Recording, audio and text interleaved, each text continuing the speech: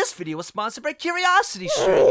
Hey there, Bedheads! It's PJ, and back in the day, my favorite thing to do as a 13-year-old was doodle random pictures in MS Paint and post those beautiful masterpieces onto really crappy DeviantArt knockoffs. Now, I won't name my favorite knockoff, cause it, like many of the others, is dead. But if you really want to envision what it was like, picture, if you will, all the worst things about DeviantArt. And only those things, because that's all this knockoff was. There were some gems here and there, obviously, and I love them, but who am I kidding? The site was doo-doo cream, and I am not afraid to acknowledge that it was doo-doo cream. And if you need evidence, look no further than the community I was involved in. For you see, I was a part of the Sonic fandom. Yes, what a surprise. Now I know what you want to say. PJ, just because the Sonic fandom has a cringy reputation doesn't mean that everything the fans make is terrible. And I agree with you. But you're thinking of the general fandom. I was a part of a subgenre where we didn't just make bad Sonic recolors. Oh no, that would be too simple and make too much sense. We made bad Sonic recolors using stolen Sonic Game Boy sprites as a means of showing off our stupidly OP characters just so that they could duke it out, like a wee-wee measuring contest. Think of our Sonic OCs as God Goku. If Goku mastered All for One, had the Death Note, and was also married to Cream's mom, but still tenderly clapping cheeks with Big on the side, for the backstory. If you're wondering why I'm lingering on this frame, I just really want you to stare at that belly rub, just for a second longer. Okay, let's keep moving on. It was cringy, sure, and sometimes the people in it could be cringy. Like me. And the guy that I'm going to be talking about today. Now, I don't remember his name, but for the sake of the video, I'm going to call him Shadow the Hedgehog. Pretty sure I don't need to explain that one. And unlike other videos where I can typically give a backstory behind the guys I talk about or elaborate on the relationship I had with them, I quite literally can't do that here. Because I hardly even talked to the guy before all that aforementioned doo-doo hit the fan. Let me explain. Aha. So I randomly met this dude, I didn't know a thing about him. Obviously he was involved in the same community as me, but Sonic was about as much as we had in common. I think he saw that I had posted a sprite sheet of my character at the time, and took it upon himself to not only drop a sweet little comment my way, but he hit me up in the DMs for a chat too, which I was fine with. I was eager to make friends with new people and just get more involved in the community, So we're going back and forth for a while, and Shadow seems great. He's giving me all these compliments about my work and about how cool my character is, and I'm thanking him, reciprocating. And then after 2 hours of talking, he starts getting weird. Dude was tiptoeing for sure. He kept acting like he had something really important that he needed to tell me, but instead went the route of injecting this unnaturally tense small talk into our chat, which, as we know, has never failed anyone. Legit though, imagine you're talking to somebody and they're just sitting across from you and all of a sudden they're like, man, look at us. Again. Who would have thought, Two normal people who are also very attractive and single, not related, just saying, having a riveting discussion and not hiding anything from each other. I mean, what would I have to hide from you? I mean, we just met each other. I mean, what would I have to hide? It's not like I want to date you or anything. I'm not trying to hint at interest here. I mean, that would just be crazy. It would. Well, can you imagine me and you on a date? I mean, can you imagine it? I don't want to. I mean, not that it matters. I just kind of want to know if you could please shut up. Imagine him.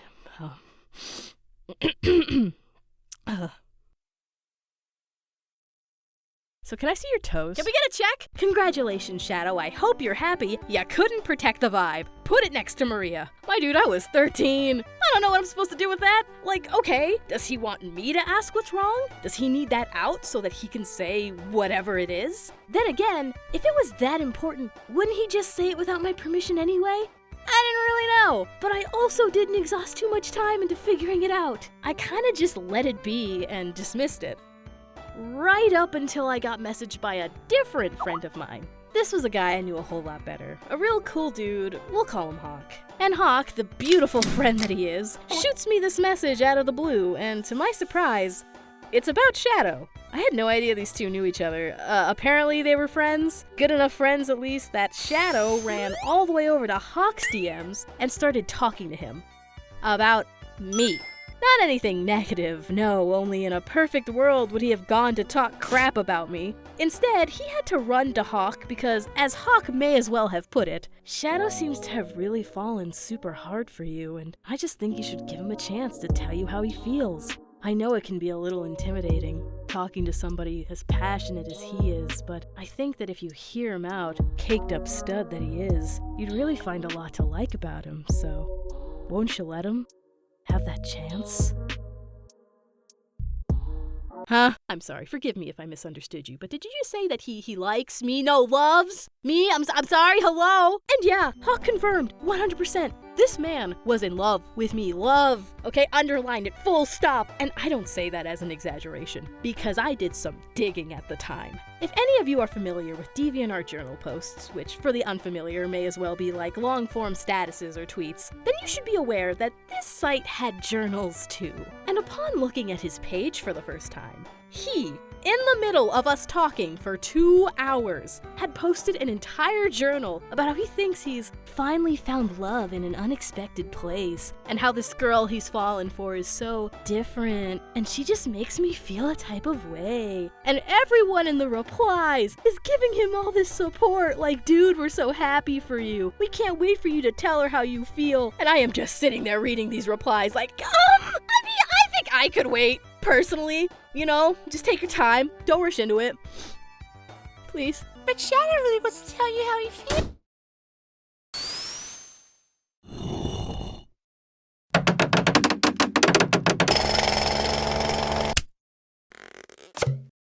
Oh, geez. I should have listened to my mommy when she told me not to talk to strangers online, but... Real talk, I seriously can't process what was going through Shadow's head. I genuinely wish that site wasn't dead. I want to go back into my DMs. I want to read whatever the heck I typed to this dude that had him catching feelings so soon. Cause either Shadow was just that desperate, or 13-year-old me had some spicy game. Nevertheless, I did wind up talking to Shadow, if only because I found it kind of unavoidable at that point. This dude needed me to rip that band-aid off, ASAP. If 2 hours had him falling this hard, I was not gonna give him 24 to propose, you get me? He told me he liked me, I listened, but as one would imagine, I turned him down. I was gentle about it, reminded him we quite literally knew nothing about each other, and he seemed to take it pretty well. But I had a feeling.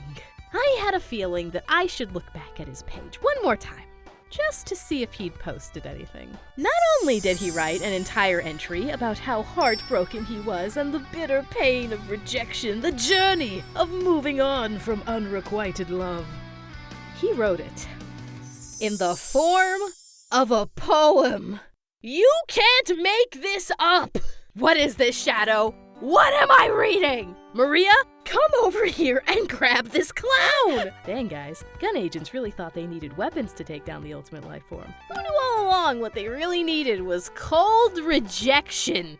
It was a really long poem, too. I remember reading all of it, and I couldn't believe it. Even now, I kind of can't believe it. And again, his followers are supporting him. Even Hawk is in the comments like, it's okay, dude. Time will heal all wounds. And I am thrown, because I'm sorry.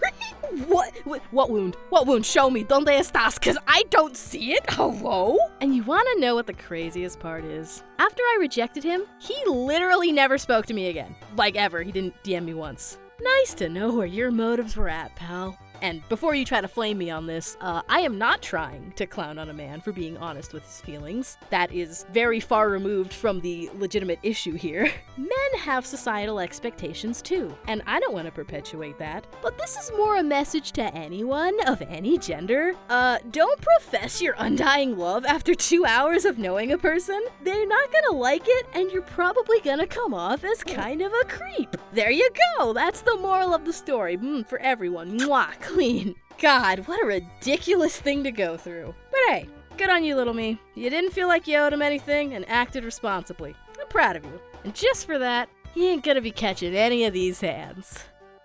For now.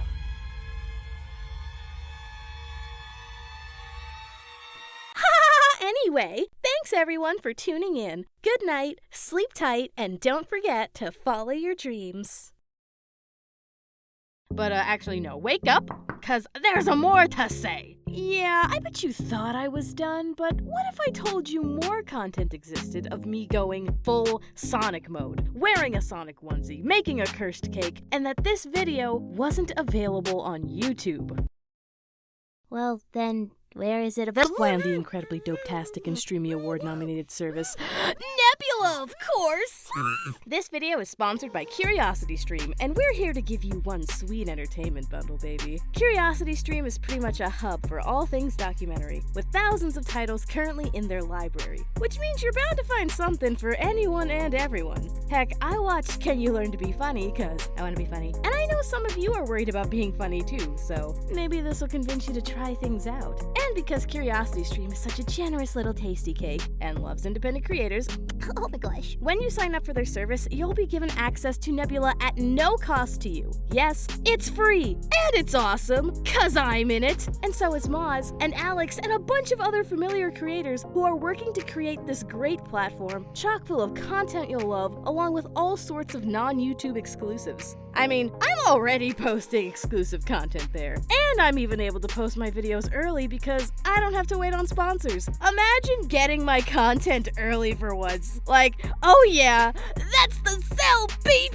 So if you're keen on treating yourself to CuriosityStream, as well as their free inclusion of Nebula, you're in luck. For a limited time, Curiosity is offering a 26% discount on their annual plan. That's less than $15 a year for both services. That is what we pros call a steal, my dudes. So click the link in the description below or go to curiositystream.com/PantslessPajamas to use code PantslessPajamas and get that delicious discount, while also supporting me and all my content. You won't regret it. Thank you so much, Curiosity, for sponsoring me. Thanks to you guys for watching. Like and subscribe. But more importantly, good night, sleep tight, and don't forget to follow your dreams. Mwah.